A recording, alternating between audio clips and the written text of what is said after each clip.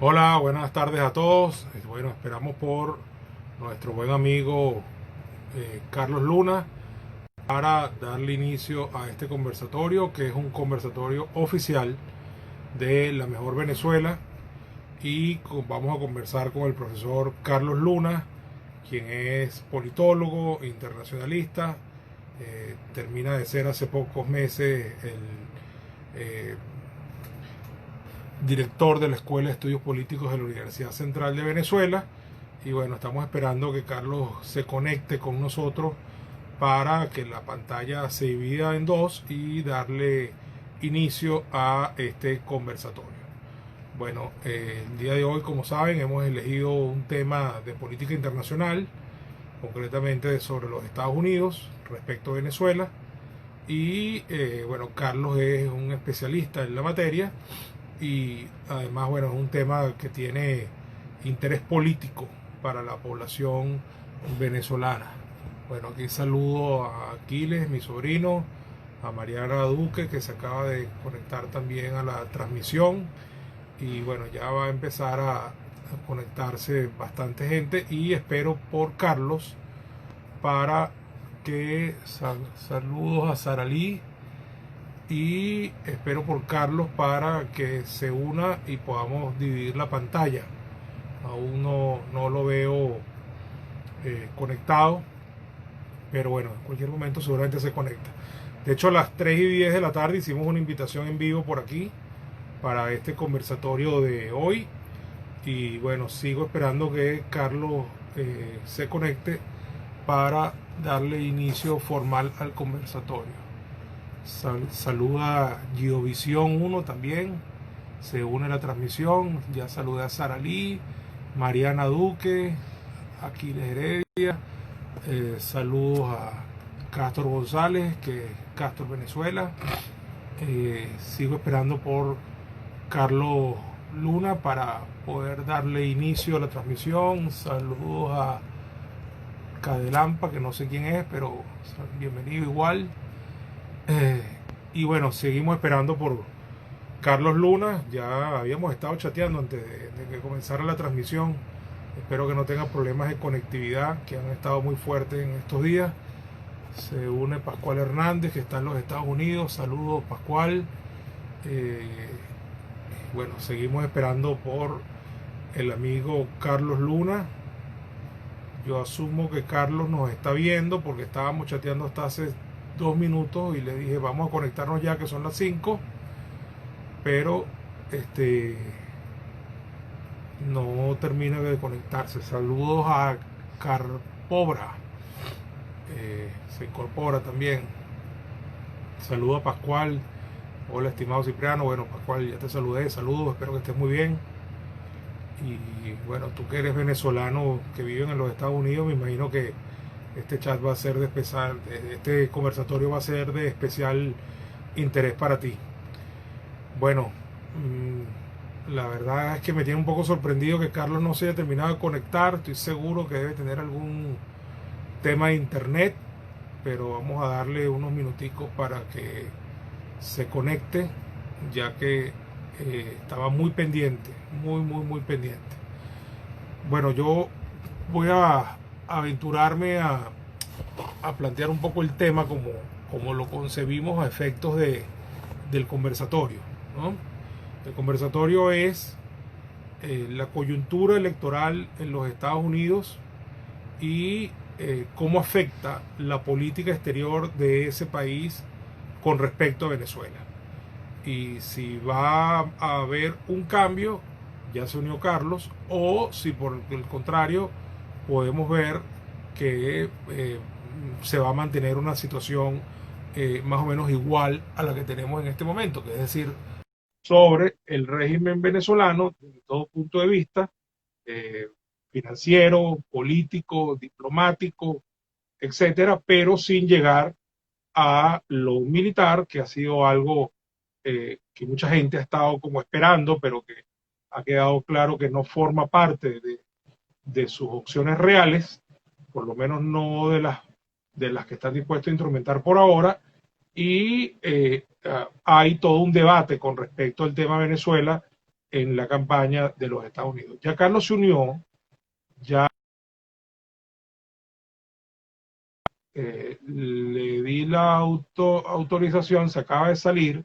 Yo creo que Carlos tiene problemas de conectividad, vamos a darle chance que se vuelva a conectar. Ya la pantalla se estaba dividiendo en dos, Carlos. Si estás viendo esto y te importa esta información, ya estabas casi conectado. Vamos a ver, aquí está volviendo a pedir la solicitud. Le estamos dando a Carlos la entrada para que podamos transmitir en conjunto. Y bueno, vamos a esperar que esto ya se está dividiendo otra vez la pantalla en dos. A esperar que Carlos se comunique para poder ¿Me escucha? llevar. Sí, Carlos, ya te escuchamos. Yo en lo Perfecto. particular no te estoy viendo, en lo particular la pantalla está así como, ya está dividida, pero está así como dando vuelta la línea en círculo, esperando que salga tu imagen. Pero bueno, debemos adelantar porque estas transmisiones no duran sino una hora, como tú lo sabes, y Así además es. tenemos el otro compromiso del foro Elecciones Libres con el presidente Guaidó, varios diputados de la Asamblea y el periodista Eugenio Martínez, que es un periodista experto en la fuente electoral, ¿no? Si no, Bueno, cualquier Carlos, cosa, imaginas que estamos en el programa de radio. No te preocupes. así es. Bueno, muy bien. En todo caso, yo imagino que en cualquier momento va a aparecer tu imagen en la pantalla porque ya está dividida la pantalla. Lo que pasa es que no Sí, veo sí. tu Yo te imagen. En veo, algún momento, yo te veo a ti, pero no sé qué es lo que pasa. mm, Ajá. bueno, vamos a introducir Adelante. el tema para que pueda arrancar. Decía que tenemos una coyuntura que es que en los Estados Unidos hay elecciones presidenciales este año, como todo el mundo sabe. Al principio Trump parecía que iba sobrado en las elecciones.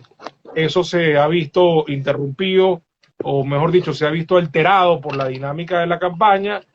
Sin duda alguna, el tema del COVID 2019 ha jugado un rol estelar en cuanto al el posicionamiento y la imagen de Trump en estos últimos meses. Y finalmente, pues, tenemos una situación en la cual el tema Venezuela se está convirtiendo aceleradamente en un tema importante de la campaña, a un punto tal de que en este momento, pues, Biden acusa a Trump de no estar dispuesto a ir más allá que de una reunión con Maduro, de no haber hecho suficiente. Trump, a su vez, desmerita el libro de Bolton sobre las cosas que dice allí. Además, Bolton no es funcionario ya hace varios meses. Hubo una entrevista muy polémica sobre lo que decía ese libro de Bolton sobre Trump y sobre todo la política sobre Venezuela. Al final, el encabezado que le pusieron a la entrevista no se concatenaba con el texto de la misma. Y bueno, la misma Casa Blanca y el propio Trump en un tuit aclararon suficientemente que siguen respaldando al presidente Guaidó, y Trump dijo textualmente en esa entrevista de aclaratoria que él normalmente nunca descartaba reunirse con ninguna persona, pero que en el caso de Maduro la única razón por la que se reuniría con él, la única tema de discusión que podría tener con Maduro sería su salida pacífica del poder, que no tenía más nada que hablar con Maduro que no fuera sobre ese tema, con lo cual también dejó claro pues que no está planteada una reunión diplomática ni para hablar de cualquier cosa, ni siquiera de las relaciones bilaterales, sino que el único tema en una agenda posible con Maduro sería hablar de su salida del poder. Ahora hay como una suerte de competencia, ¿no? De quién es más duro contra Maduro. Lo cierto es, Carlos, que vamos a poner las cosas en su lugar. Ciertamente, Obama fue el primero que declaró que Venezuela era una amenaza para los Estados Unidos. Eso no se le puede negar. Una amenaza inusual y extraordinaria. Una amenaza extraordinaria, que eso trae unas consecuencias y sigue unos procedimientos. Sin embargo, el mismo Obama se toma una foto con Raúl Castro, va a La Habana, el uno le sube la mano al otro, cambia totalmente la política contra Cuba, y en realidad esa declaratoria de una amenaza inusual no pasó de allí, no trascendió a hechos concretos. Nadie le puede quitar a Trump, que sin duda alguna ha mantenido una línea dura, permanente, contra el régimen venezolano, que ha impuesto una enorme cantidad de sanciones, que ha congelado cuentas, que ha salvaguardado activos que forman parte del patrimonio de los venezolanos, que incluso le ha dado el control de algunos de esos activos a la administración de Juan Guaidó, que es a quien él reconoce como presidente, y además que ha llevado incluso ante la justicia a buena parte de los jerarcas del régimen, más allá de las sanciones que le ha impuesto en materia de congelamiento de cuentas, revocación de visas, etcétera, etcétera, etcétera. Ahora Biden pretende lucir ante el desplome de Trump, que es una realidad también, forma parte de los hechos, hay que ver las cosas objetivamente, efectivamente está perdiendo las elecciones. Biden ahora pretende lucir como que él va a ser más mano dura con Maduro que Trump, lo cual en realidad, en lo personal, y tú me corriges si estoy equivocado, en lo personal lo veo muy difícil, no solamente porque viene de ser vicepresidente de Obama, que no pasó más allá de esa declaración, sino porque además la línea demócrata en general es mucho más blanda para este tipo de cosas que la línea republicana. Lo que pasa que, bueno, podemos de repente ver sorpresas. Fue Obama quien dio de baja a Osama Bin Laden, pero también fue Obama quien permitió que organizaciones como ISIS, etcétera, también ganara más terreno del que debió haber ganado. El punto es, y ya con esto termino la introducción para que tú desarrolles tu punto, que estamos en plena campaña, hay un toma y dame interesante entre Biden y Trump.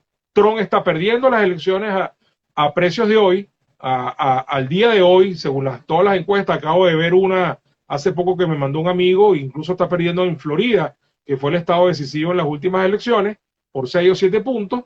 Y lo cierto es que el tema de Venezuela se convirtió en un tema de campaña. Entonces, vamos a analizar, Carlos, cómo va a ser la política estadounidense respecto a Venezuela, si podemos esperar lo mismo, si va a cambiar. Vamos a analizar qué pasa si Trump se reelige, qué pasa si Biden gana y Trump pierde, y se me ocurre incluso una tremendura. Trump perdiendo, ¿puede tener o no más incentivos para tomar una acción decisiva contra el régimen de Maduro, ya que ganando podía poner en riesgo algo que comprometiera la elección? En cambio, perdiendo, necesita hacer algo audaz que a lo mejor revierta las cosas. Es mejor Trump ganando que Trump perdiendo, a efectos de lo que pueda decir sobre Venezuela. ¿Cómo lo ves tú, Carlos? Gracias. Y bienvenido, ya te había público, profesor Carlos Luna, internacionalista, politólogo, hasta hace poco director de la Escuela de Estudios Políticos de la UCB y además coordinador de la Mesa de Política Exterior de la Mejor Venezuela. Adelante, Carlos. Bueno, Cipriano, excelente tu introducción, que me da a mí el pie para poder arrancar. Lo primero es que vamos a tratar de caracterizar lo que tiene que ver el enfoque de política exterior de ambos partidos, porque es muy importante lo que ya tú estabas diciendo, ¿no? En un primer sentido, tenemos que decir que los padres fundadores de los Estados Unidos siempre fueron recelosos con el hecho de que se generaran o se produjeran radicalismos de índole ideológico que pudieran afectar en algún sentido el interés nacional de los Estados Unidos.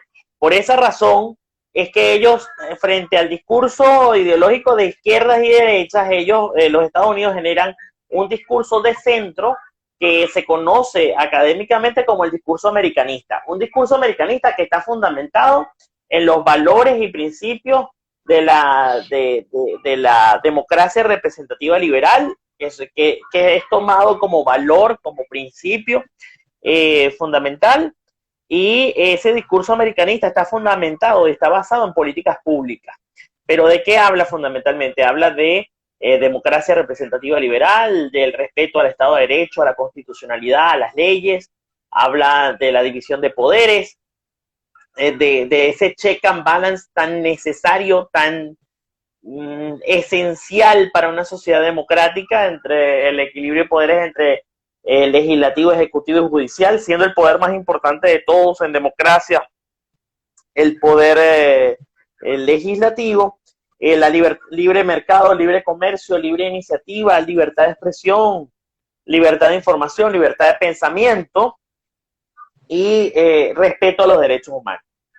En todo ese espectro, cada partido toma una posición, un posicionamiento.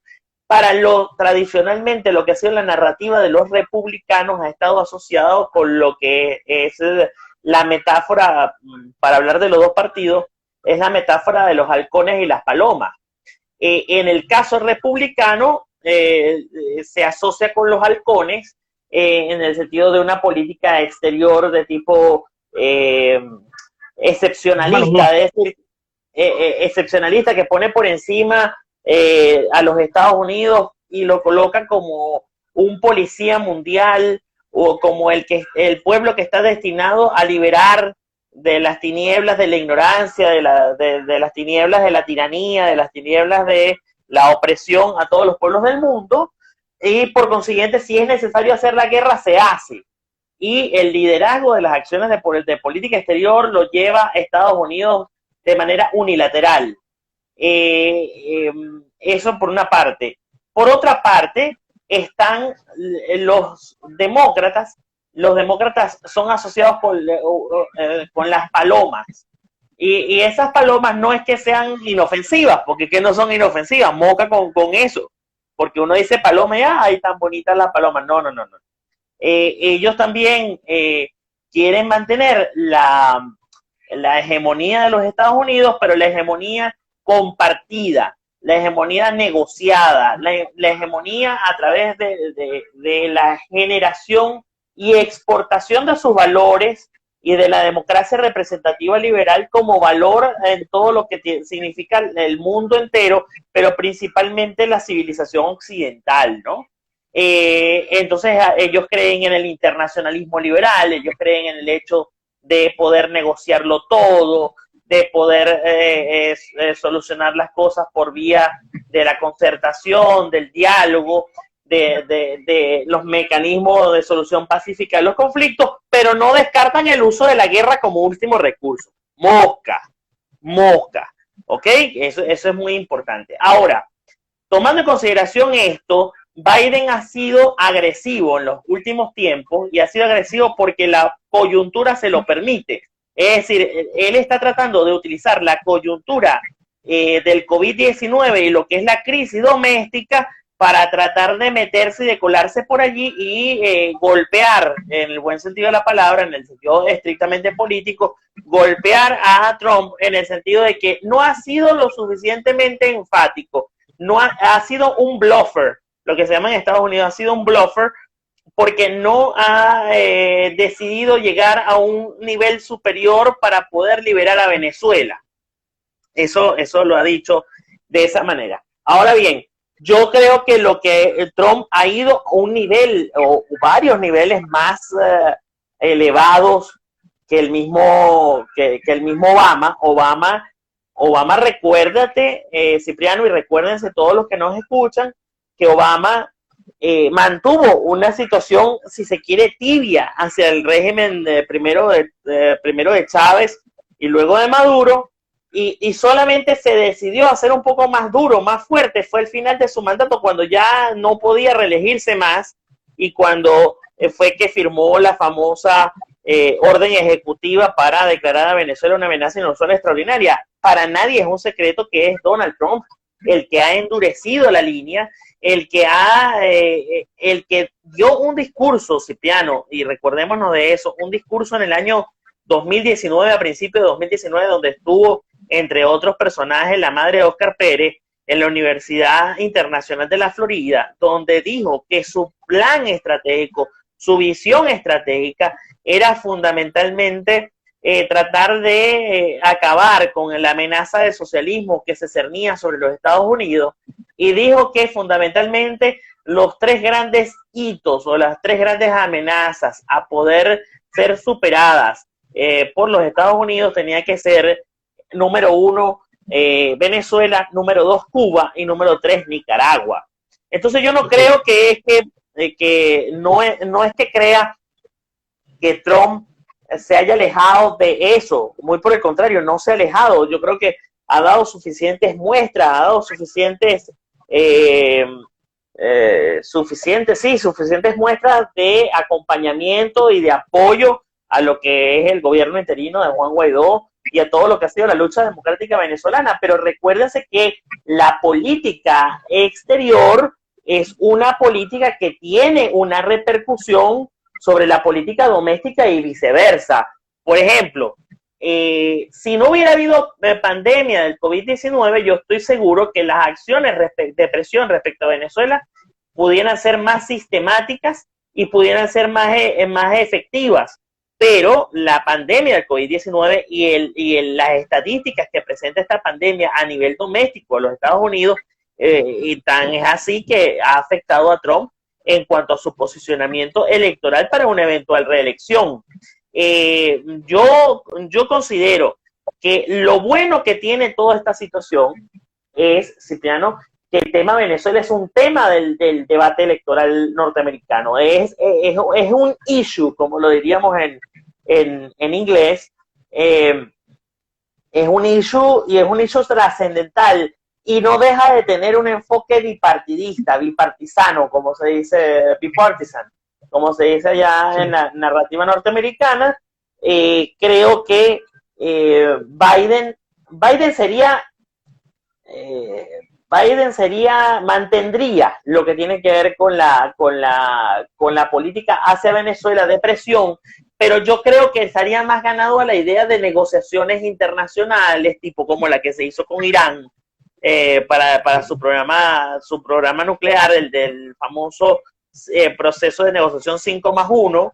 Yo creo que sería más ganado a la idea de tratar de entablar unas negociaciones y tratar de buscar zonas de acuerdo posible con el régimen de Maduro, aunque yo lo veo muy difícil, porque en términos de principios, el régimen de Maduro representa todo lo que el estadounidense rechaza en cuanto a principios, en cuanto a valores, en cuanto a lo que se llama eso que han querido exportar Estados Unidos como la tesis de la paz democrática.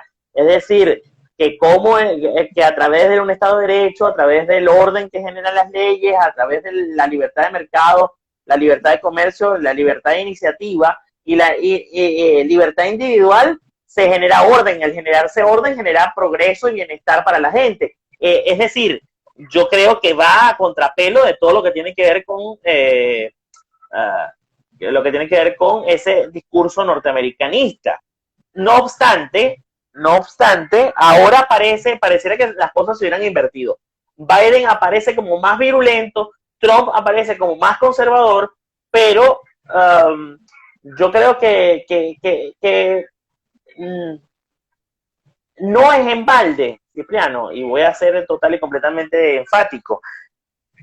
Trump, si no tuviera apoyo hacia la causa venezolana, si no diera apoyo irrestricto hacia todo lo que tiene que ver con la administración del gobierno interino de Juan Guaidó, nunca hubiera aparecido ni en el discurso del Estado de la Unión, que ha sido el único presidente venezolano que ha aparecido en el discurso de la Unión, del Estado de la Unión, y aparte de eso, al día siguiente se toma las respectivas fotos recibidas en la Casa Blanca. Ni siquiera Hugo Chávez, recuérdate, Cipriano, y recuerden todos los que nos están oyendo, ningún presidente venezolano de la era de la Revolución Bolivariana y el socialismo del siglo XXI ha sido recibido en la Casa Blanca.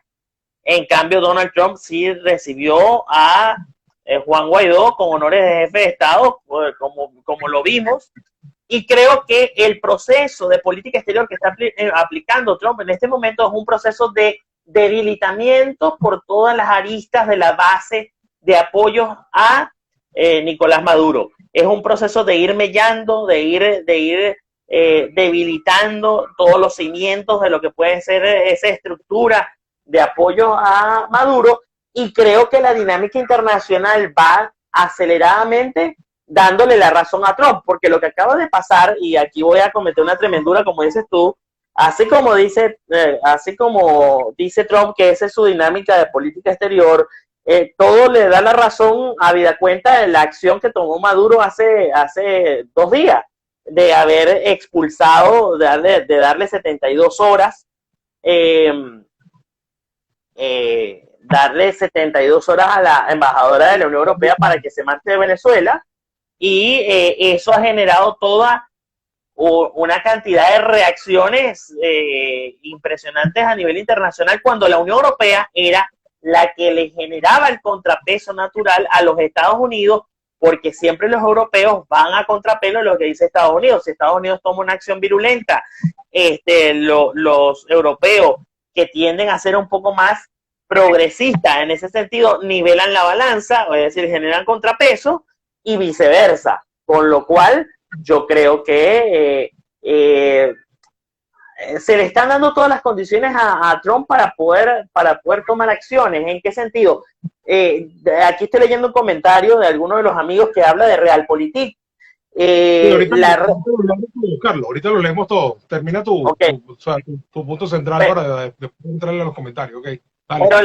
Pero la Realpolitik, en términos de lo que es uno de los grandes autores de los padres del realismo político, como es Hans Morgenthau decía que la política internacional está definida siempre en términos de poder, pero que esa política en términos de poder no desconoce en ningún sentido la existencia de la moral. Entendía la moral como los principios y valores que unifican a los pueblos y hacen cierta y le dan legitimidad a sus acciones en el ámbito internacional. Entonces, esto lo que está haciendo es generar un consenso a partir de la idea de que Maduro es una amenaza para el mundo, es una amenaza para los Estados Unidos, para la seguridad nacional de los Estados Unidos, para la seguridad continental, y cosa que se demuestra en el hecho que también se mete no solamente con los Estados Unidos, sino se mete con Europa, se mete con la civilización occidental en su conjunto.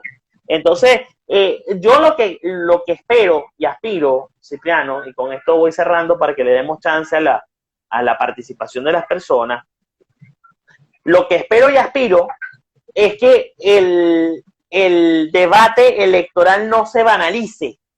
¿Qué te quiero decir de banalizar? Que empiezan las descalificaciones,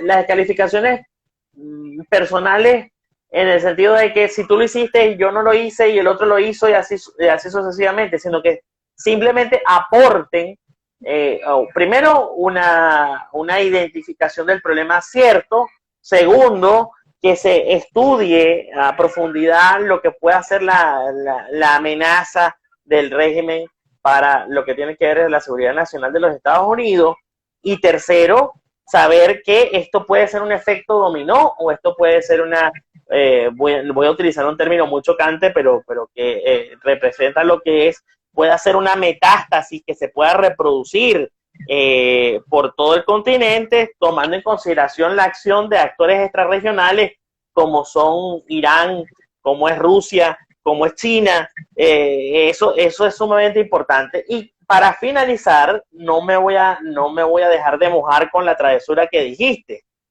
La travesura que tú sugieres es simplemente si Trump queda más, digamos, más suelto para hacer cualquier cosa sin llegar a perder las elecciones. Yo te puedo decir que Trump es un tipo que es un populista, y lo digo en el mejor sentido de la palabra, no lo digo en el mal sentido. Es decir, que es una persona que quiere pasar a la historia de los Estados Unidos, quiere dejar su huella en la historia de los Estados Unidos y quiere dejar su huella en la historia mundial. Por consiguiente, yo creo que ganando va a tomar una acción y perdiendo también va a tomar una acción, pero no va a dejar de tomar una acción respecto de la liberación de Venezuela, respecto de lo que tiene, de la importancia estratégica que tiene Venezuela para los Estados Unidos. Recuérdate que Venezuela no es que sea un paísito más, sino que Venezuela fue un exportador seguro y confiable de petróleo. Venezuela fue ejemplo para el continente americano y para el mundo de democracia, y Venezuela era la que le garantizaba la estabilidad, porque es la puerta, geopolíticamente hablando, es la puerta de América del Sur a Estados Unidos en lo que era su mal llamado backyard. Es decir, yo considero que Trump está midiendo los tiempos, Yo creo que está midiendo los tiempos. Yo creo que él en cualquier momento va a darle un golpe a la mesa. Quizás no es como otras personas piensan, que va a invocarse el 187.11 o que se va el TIAR es una cosa un poco más complicada porque organizacionalmente tiene un procedimiento dentro de lo que se conoce como el órgano de consulta del TIAR. Pero, por ejemplo, ojo con la extradición de Alex Saab, que ya fue aceptada por Cabo Verde. Ojo que eso puede acumular muchísimo lo que tiene que ver con el expediente Maduro y el expediente Venezuela dentro del Departamento de Justicia. Cuidado con ese tipo de cosas, porque yo creo que tarde o temprano, y cuidado si es más temprano que tarde, van a accionar en este sentido y Trump va a terminar dándole un golpe a la mesa con contundencia a lo que tiene que ver con el caso venezolano. Muy bien. Bueno, Carlos, nos quedan 25 minutos exactamente. Vamos a tratar de sacarle máximo provecho, ¿ok? Menos de 25 minutos. Gracias por la ponencia central. Hay una idea básica muy importante de todo lo que has dicho, y es que efectivamente hay una posición bipartidista, lo cual lo transforma en política de Estado, ya que estos dos partidos controlan el poder en los Estados Unidos, tanto presidencia como el Parlamento. Con respecto al rechazo, condena al régimen venezolano y la exigencia de que Venezuela sea libre y que aquí haya una restitución de la democracia y se pueda comenzar con la reconstrucción del poder del país. De hecho, en marzo, apenas el presidente Guaidó puso sobre la mesa el tema del gobierno de emergencia nacional. Ya había pasado todo lo de la visita a la Casa Blanca, ya había estado en el discurso del Estado de la Unión. Fue público que las dos bancadas se pararon a aplaudir al presidente Guaidó en dos ocasiones al mismo tiempo. Es decir, no hay una diferencia en cuanto al apoyo a Guaidó y el rechazo al régimen de Maduro. Lo que está en discusión es el cómo y el cuándo, ¿no? Y en eso parece una suerte de competencia, a ver quién es más agresivo que el otro en ese sentido. Lo sé, de todas maneras, lo que hay que decir, porque hay que decirlo, es que en campaña se dicen muchas cosas. Y lo cierto es que independientemente de la crisis por la que atraviesa, porque es obvio que la está atravesando, independientemente de tal vez falta de buen manejo de muchas cosas internas y externas, porque es obvio que es así, lo cierto es que los hechos, más que las palabras, respaldan mucho más a Trump que a Biden en cuanto a lo que están dispuestos a hacer, porque sin duda alguna Trump ha ido muchísimo, pero muchísimo más lejos de lo que llegó Obama, que solamente hizo la declaratoria de Venezuela como amenaza a la seguridad interna, y de ahí no se derivó ningún hecho tan contundente como los hechos que sí ha producido la administración Trump en cuanto a sanciones, activos, bienes, visas, en juicios, extradiciones, etcétera, que están a la vista de todos. Ahora, Carlos, vamos a darle participación a quienes nos están viendo. Llegamos a tener 21 personas conectadas al mismo tiempo, pero aquí hay varios mensajes que yo quisiera pasar la revista contigo, y te agradezco que respondas de manera muy rápida a cada uno de ellos. Hay muchas personas saludando, se unieron, etcétera. Saludos a todos. Tenemos incluso al diputado Francisco Sucre conectado por allí. Y bueno, digo, por ejemplo, Héctor Montilla dice, ¿el tema de Venezuela influye en votos en todos los Estados Unidos o es un tema dirigido nada más a ganar el estado de Florida? ¿Qué opinas de eso, Carlos? No, yo creo que el tema Venezuela es un tema específico de muchas de las que son las comunidades latinas, pero también tiene una repercusión sobre Texas, sobre el estado de Texas, en el sentido petrolero, porque si bien Estados Unidos ha venido avanzando muchísimo en el hecho de adquirir otro tipo de energías y todo lo que tiene que ver con la estrategia del fracking y todo lo que tiene que ver con el aumento de su reserva estratégica nacional de petróleo, no es menos cierto que sabe que teniendo a Venezuela como un aliado, desde el punto de vista petrolero, se fortalece mucho más desde el punto de vista geopolítico la influencia de los Estados Unidos y la influencia petrolera y la influencia sobre el mercado en general. Es decir, yo considero que el tema Venezuela es un tema principalmente como lo dije, para la comunidad latina.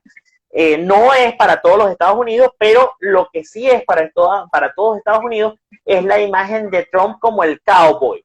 Es la imagen de Trump de la que le llega al ciudadano, al América profunda, al redneck, al que se conoce como redneck en los Estados Unidos, que muchas veces no está involucrado con lo que tiene que ver con la política internacional general y la política exterior de los Estados Unidos, pero sí quiere un gobernante fuerte, que sí quiere un gobernante que luche por el bien, que luche por la paz, que luche por la libertad, que luche por la justicia.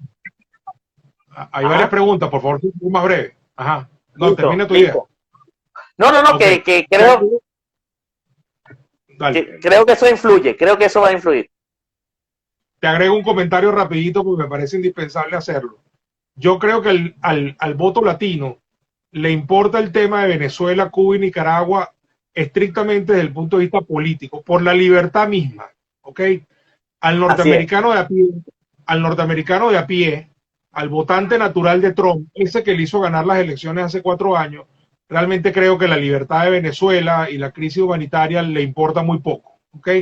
Y si le importa, no justificaría por esa razón una intervención más allá de Estados Unidos, porque no es su causa, no es una cosa que le duela. Ahora, si esto se presenta como un tema de seguridad nacional, que lo es, si se le añaden los elementos de terrorismo, narcotráfico, lavado de dinero, etcétera, que también lo tienen, eso puede llegarle un poco más al público norteamericano normal sin el tema de la libertad involucrada. ¿Qué cosa? Que si te pones si se triangula con el tema iraní, que ahora el fiscal de Irán ha emitido una orden para Interpol y todo eso para apresar a Donald Trump, eso sí le va a pegar al norteamericano promedio. Exacto, el aspecto geopolítico de que aquí se está tratando de montar un satélite de Rusia, China e Irán al mismo tiempo, y efectivamente eso también le importa al público norteamericano. Dice Nancy Suárez, saludos de Estados Unidos, muy preocupada por la situación de Trump. Bueno, evidentemente ella está abiertamente con Trump como candidato. Hay saludos, otra vez saludos, mucha gente saludando. Por aquí había otra intervención. Pascual Hernández dice, los hechos que han vivido ambos presidentes han sido de escalas distintas. Se refiere a la comparación entre Obama y Trump. No sé qué comentario tienes tú respecto a eso. Bueno, obviamente al final de la administración Trump, de la administración Obama, no habíamos llegado a la situación de emergencia humanitaria compleja que hemos vivido en este momento. Sin embargo, ya se advertía una desviación y una profundización de la imagen del régimen, de un autoritarismo competitivo a un autoritarismo crecientemente hegemónico. Y creo que, por ejemplo, una pregunta buena para un debate va a ser, usted fue el vicepresidente, estoy hablando de Biden, usted fue el vicepresidente de Barack Obama que emitió la orden ejecutiva. ¿Cuál es su opinión respecto a la situación venezolana actual? Y creo que ahí va a pasar un poco de trabajo porque va a tener que deslindarse necesariamente de su imagen de paloma y va a tener que decir que hay una situación real de amenaza para los Estados Unidos. Bueno, Carlos, pero yo creo que eso ya lo ha hecho. Yo creo que las declaraciones de Biden de las últimas semanas han sido totalmente confrontacionales contra Maduro y además tratando de querer aparentar que él incluso va a ser más duro que lo que ha sido Trump. Que yo lo dudo. Yo lo dudo porque el lobby demócrata va a tener muchas cosas que pasar. Y ahí la acción, por ejemplo, de medios de comunicación que han sido favorables a los demócratas y que han abierto una batalla sin cuartel contra Trump, va a tener que mediatizar eso y va a tener que negociar sobre eso. Muy bien. Dice Alta Costura 22. Bueno, esto ya lo respondiste, pero voy a leer el comentario. Disculpe, señor, es la capacidad cognitiva para ponerla al servicio de la realpolitik y económica del mundo. Creo que ya hiciste un comentario sobre eso, ¿no? Sí. Ok. Sí, pero Vuelvo. creo, a ver, acuérdense que hay un actor de clave en todo esto y no tiene que ver directamente con el caso de Venezuela. O sea, sí influye, que es el hecho de que sea Trump o sea Biden, el presidente de los Estados Unidos, la guerra económica con China va a continuar y China va a pretender seguir avanzando en su proceso hegemónico a nivel económico y cuidado, si no a nivel político y de seguridad y de geopolítica. Sí, no, yo entiendo. Y además la guerra contra China pareciera ser que no va a ser nada más un tema de los Estados Unidos, sino que de la pandemia va a surgir un nuevo orden económico mundial donde de un lado y del otro va a quedar ciertos actores y me parece clarísimo que China encabeza un bloque y los Estados Unidos el otro. El tema es que, bueno, evidentemente no es lo mismo China comerciando libremente con los Estados Unidos que China prácticamente en contra de los Estados Unidos o los Estados Unidos en contra de China, como lo quieras ver. En una Así, guerra comercial las cosas son un poco distintas, ¿no? así es, así es. Así es. Ok, dice Alta Costura 22, la misma persona que puso el comentario en la Realpolitik, Trump es el acierto para todo el mundo. Bueno, eso es una posición muy respetable, sin dejar de decir que está equivocado en varias cosas y que ha tenido un manejo bastante polémico de algunas otras, pero sin duda alguna respecto a Venezuela, pues es quien más nos ha ayudado. Dice Luis Brice 23, no, perdón, esto fue que se unieron. Aquí hay otro comentario. Él simplemente es un agitador criminal de los comunistas para, para destripe el orden mundial que ha permitido al mundo desarrollarse en democracia. No, no entiendo este comentario de verdad. Él La verdad yo simplemente es un tampoco. agitador criminal de los comunistas. Quisiera saber a quién se refiere. Imagino que se refiere a Biden, más no lo sé. Yo no creo que Biden sea un comunista, te lo digo con toda sinceridad. No, no, Biden no. es genuinamente un hombre de centro izquierda. Sanders sí es un comunista claramente, Biden no lo es. No sé qué No, opinas tú. de hecho, Joe Biden es el actor que mantiene, y entiéndase de la mejor manera posible este comentario, mantiene el establishment dentro del Partido Demócrata. Porque que haya sido candidato Bernie Sanders hubiera significado una ruptura en sí mismo y hubiera polarizado mucho más lo que tiene que ver con la elección de los Estados Unidos. Y creo que sobre esa base es que las convenciones nacionales, las convenciones estatales demócratas se decantaron por Biden. Sí.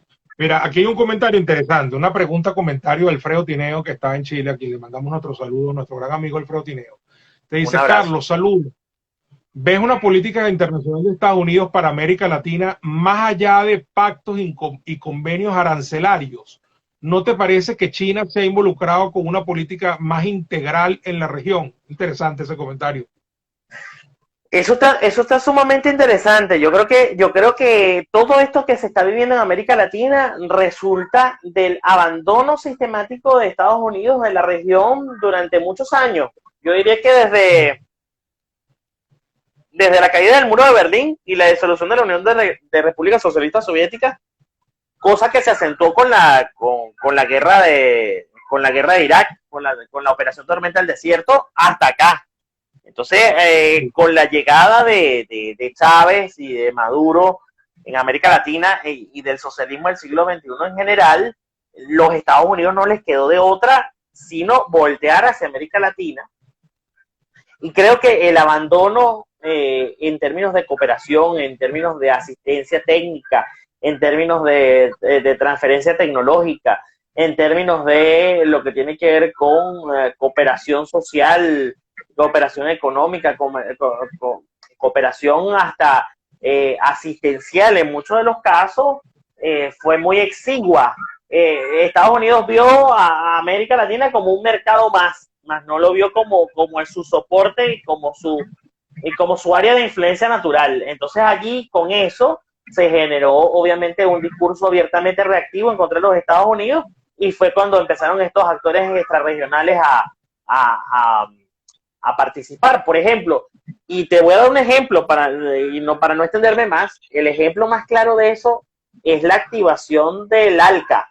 El ALCA es Correcto. simplemente fue concebido como un área de libre comercio donde no se consideraron las inequidades y desigualdades estructurales económicas en los países americanos, ni nada por el estilo, sino que se habló de un área de libre comercio. Sí, así es.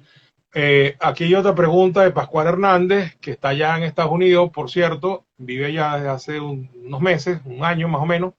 Dice, profesor Luna, ¿podría especificar qué entiende usted o qué significa, o qué quiere decir con golpe a la mesa con contundencia? Eso es por una frase que dijiste respecto a Trump. Sí, claro. El golpe a la mesa con contundencia, yo creo que va orientado a una acción mucho más avanzada y mucho más profunda en términos de lo que tiene que ver con el desarme de lo que puedan ser los apoyos y soportes de las redes de crimen organizado transnacional del régimen de Maduro. O sea, les estoy diciendo el issue como tal. Ahora no puedo predecir cómo se va a proceder en función de combatir eso, pero sin duda alguna que si se descubre todo lo que, bueno, se descubre, no, se profundiza la información respecto de lo que es la participación de grupos irregulares y de lo que tiene que ver con terrorismo, lo que tiene que ver con lavado de dinero y de acción de redes de crimen organizado transnacional, obviamente eso va a convencer mucho más al elector promedio norteamericano de la amenaza que se cierne sobre la seguridad nacional de los Estados Unidos, y entonces allí se podrían abrir una multiplicidad de opciones. La que yo veo más clara es que se siga profundizando en el tema de lo que tiene que ver con las decisiones del Departamento de Justicia, que ya son bien sabidas por todos ustedes. Sí, yo comparto contigo que el pulso que se ha hecho con el tema de Saab ha sido interesante y bueno, pareciera ser que Estados Unidos ganó esa pulseada con Rusia y es cuestión de horas, días tal vez máximo de que sea extraditado hacia Estados Unidos, y eso es sin duda alguna un gran logro y va a ser un paso adelante importantísimo en todo lo que es esta política de cerco financiero, aislamiento político y persecución judicial a todo el entorno, porque esa es la columna vertebral del financiamiento oscuro del régimen, sin duda alguna, y le pusieron fíjate tú, Cipriano, fíjate tú que quiero complementar lo que tú estás diciendo. El sistema judicial de los Estados Unidos, acuérdate que trabaja bajo lo que tiene que ver con la colaboración al sistema. Si eventualmente una persona que está siendo acusada de determinada cosa, cuando se acusa, se le impone una cierta cantidad de cargos. Esa cantidad de cargos equivale a una cierta cantidad de años que da una pena o varias penas acumuladas. Por cada colaboración que tenga esa persona respecto de identificación de personas, identificación de procesos, identificación de colaboraciones, de cifrar y de lastrar todo lo que tiene que ver con las redes de complicidades y de corrupción, que bien sabemos que Alex Saab la conoce porque es el que maneja el programa CLAP. Alex Saab la conoce porque es el que ha ayudado con todo lo que tiene que ver con la operación Alacrán. Alex Saab es el que estaba operando todo lo que era el bypasseo de las sanciones americanas en términos petroleros y en términos de la venta del oro. Es decir, que él es el pivote de todas esas operaciones, y obtener información de primera mano de allí, cuidado si no genera vamos a decir, un terremoto en el régimen. Correcto. David Longa nos saluda desde La Guaira, no hizo ningún comentario, pero mandó saludos expresos. Y Giovisión 1 nos pone esto: pero solo hemos visto encuestas de intención de voto, pero con eso no se gana. Hay que ver cómo están los colegios electorales. Bueno, eso es un tema en los Estados Unidos muy interesante, ¿no?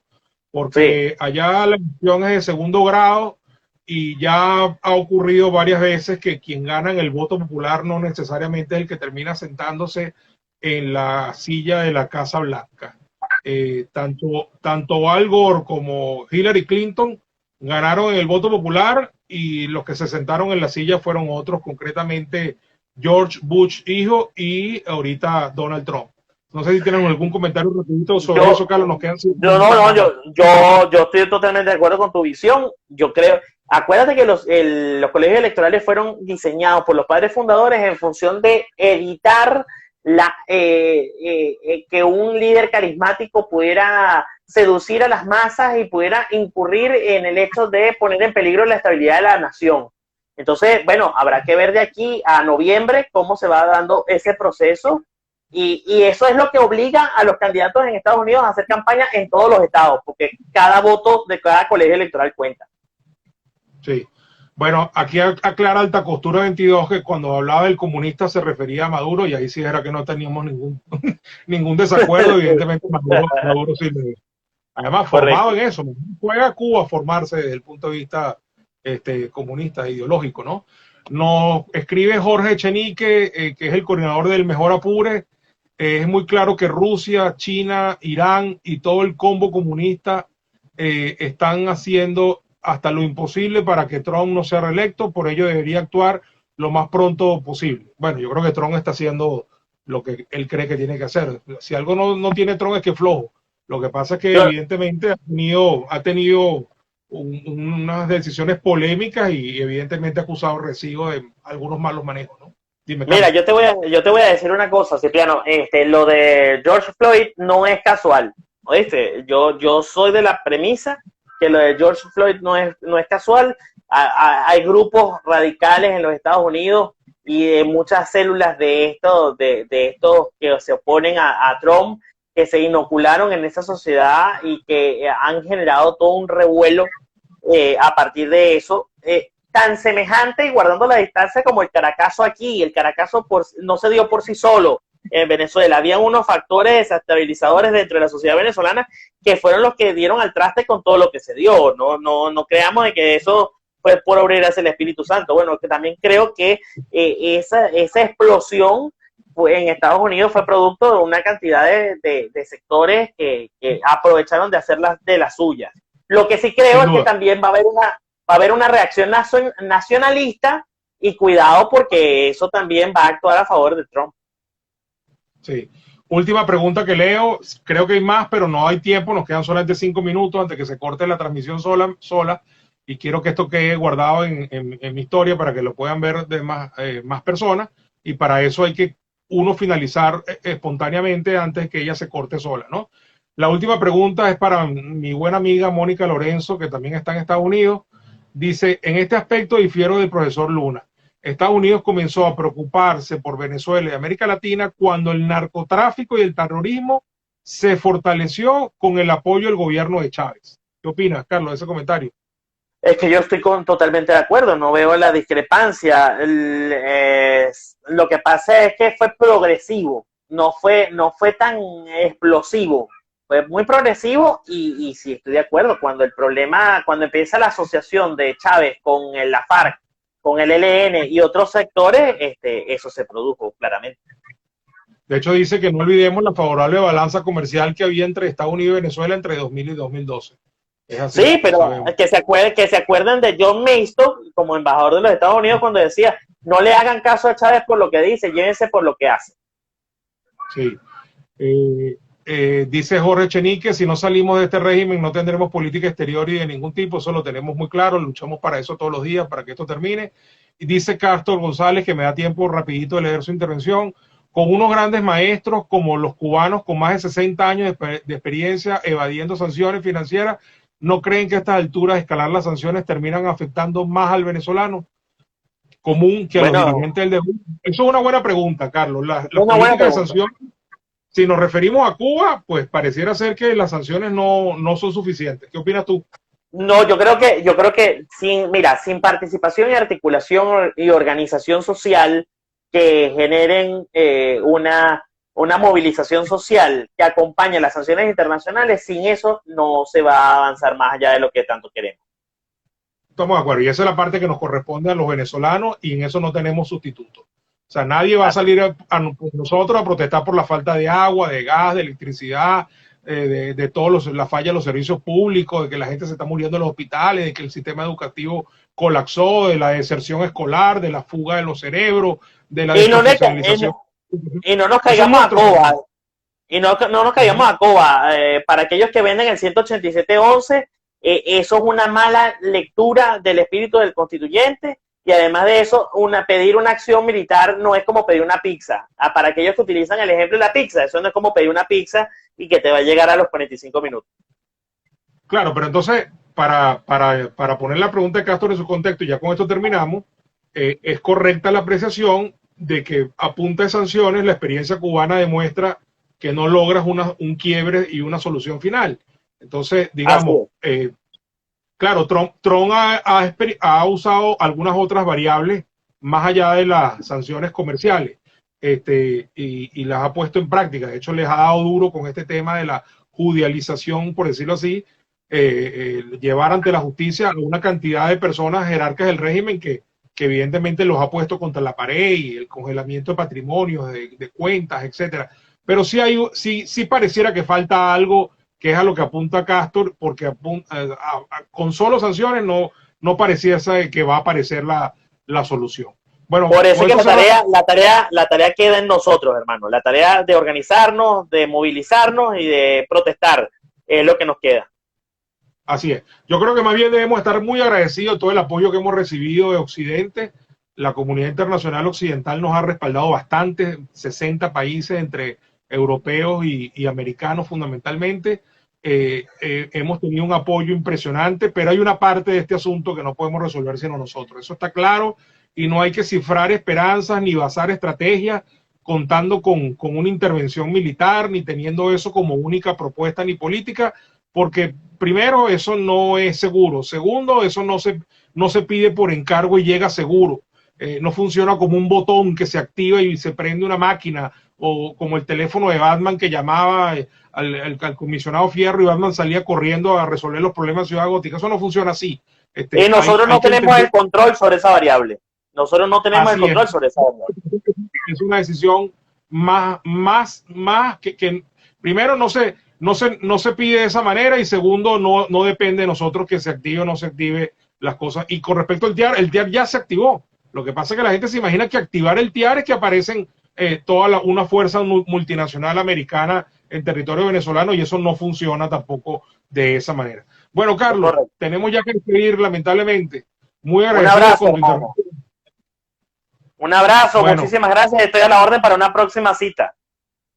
Ok. Gracias, Carlos. Un abrazo para ti, y bueno, estimados oyentes que nos están viendo también, vamos entonces a finalizar el conversatorio. Hemos tenido al profesor Carlos Luna. Esto va a quedar grabado y va a quedar en nuestra historia para que lo puedan ver otras personas en un momento posterior a este, es decir, en diferido, con solamente accesar a nuestras cuentas de Instagram. Muchísimas gracias y hasta la próxima.